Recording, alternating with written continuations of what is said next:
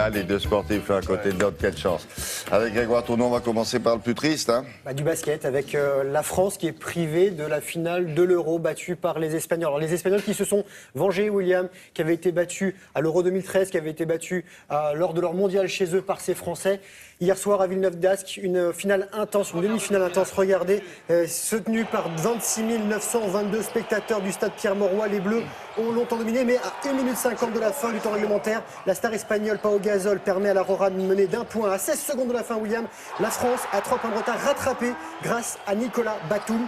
Et dans les derniers instants, Pau Gasol, du haut de ses 2,13 m, aurait pu écraser la France, mais Rudy Gobert, le contre, les deux équipes sont égalité, 66 partout. Prolongation, William.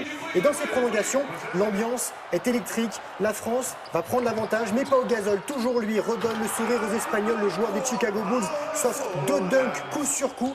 Et l'Espagne mène 78-75 à 1 minute de la fin.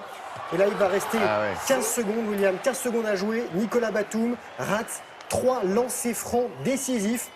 Et Pau Gasol, décidément, qui tourne au super, inscrit ses 2 derniers petits points Gasol qui sur ses 40 personnels. 40 points, William, c'est la moitié des points de son équipe. Elle était pas mal, celle-là, je suis pas le seul à la faire. Et l'Espagne s'impose 80-75. Se hisse en finale, décroche son billet pour les Jeux de Rio. Et les Espagnols tenteront d'ajouter une médaille d'or à leur bon palmarès dimanche. Ils ont été champions d'Europe 2009-2011, champions du monde 2006, vice-champions olympiques 2008 et 2012.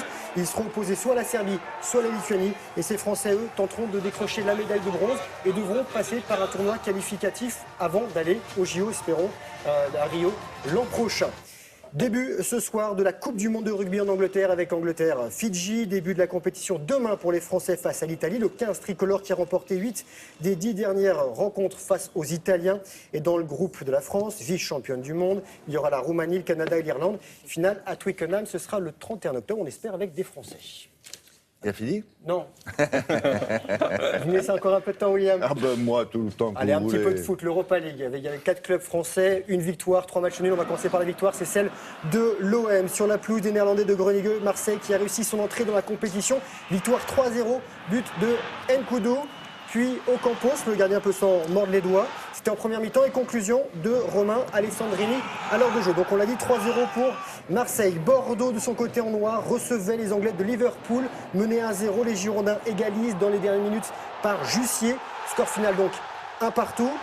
Même scénario pour Monaco en blanc et rouge sur la pelouse des Belges d'Anderlecht. C'est Traoré qui permet aux Monégasques de revenir à 1 partout à 5 minutes de la fin.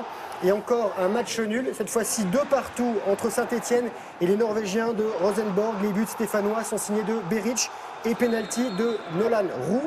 Prochaine journée d'Europa League, ce sera dans 15 jours. Et vous me laissez encore un tout petit peu de temps, William? Oui. J'aurais montré 2 sports qu'on voit rarement à la télé. On va commencer par du BMX. Regardez, du BMX flat, très exactement. C'est un enchaînement de figures artistiques et acrobatiques dans les rues de Paris. Le Zosh Urban Motion, 4e édition. Le but du jeu, 3 équipes qui devaient réaliser un film de 3-4 minutes avec comme seule caméra un smartphone. 1 semaine de tournage pour des binômes composés d'un rider et d'un filmeur. Voici le film des Français, Maxime. Un filmeur. On appelle ça un filmeur dans le milieu. Charron et Mathias Dandois. Si je vous promets, c'est un filmeur. Et vous allez voir après, c'est du parachutisme. Et on appelle ça un vidéoman. Vous avez le filmeur et le vidéoman. Chez nous, c'est un caméraman. Ça, c'est un record, William. Dans le ciel de Pau, Pyrénées-Atlantiques, record d'Europe en vol relatif, VR, comme on dit dans le milieu. Réaliser des figures à plat en s'accrochant les uns aux autres. Alors, habituellement, ça se fait à 4 ou à 8 shooters. Et là, c'était 28 filles, 28 Françaises qui ont réalisé 3 points, 3 figures bloquées. Il a fallu 3 avions. Pour les... Vous les comptez bien? C'est le vidéoman. Non, mais après, il y a d'autres personnes qui tournent autour. Ça s'appelle un vidéoman, William. D'accord. Vidéoman et filmeur, je vous promets, c'est comme ça qu'on dit. Mais voilà. Ce serait bien qu'on teste le BMX flat et que je sois filmeur sur le BMX flat. D'accord, on apprend des choses. On verra ça tout à l'heure dans la revue de presse, mais l'équipe change de format. Désormais, c'est ce qu'on appelle le format tabloïd. On verra avec les sportifs et les autres. Beaucoup plus pratique à lire dans les transports en commun, quand même. Ah bah oui, c'est évident. Plus épais, non? Je ne me rends pas compte. Un petit peu plus épais. Un peu plus épais, peut-être. Mais il y a toujours autant de photos et de textes. Voilà. Merci beaucoup.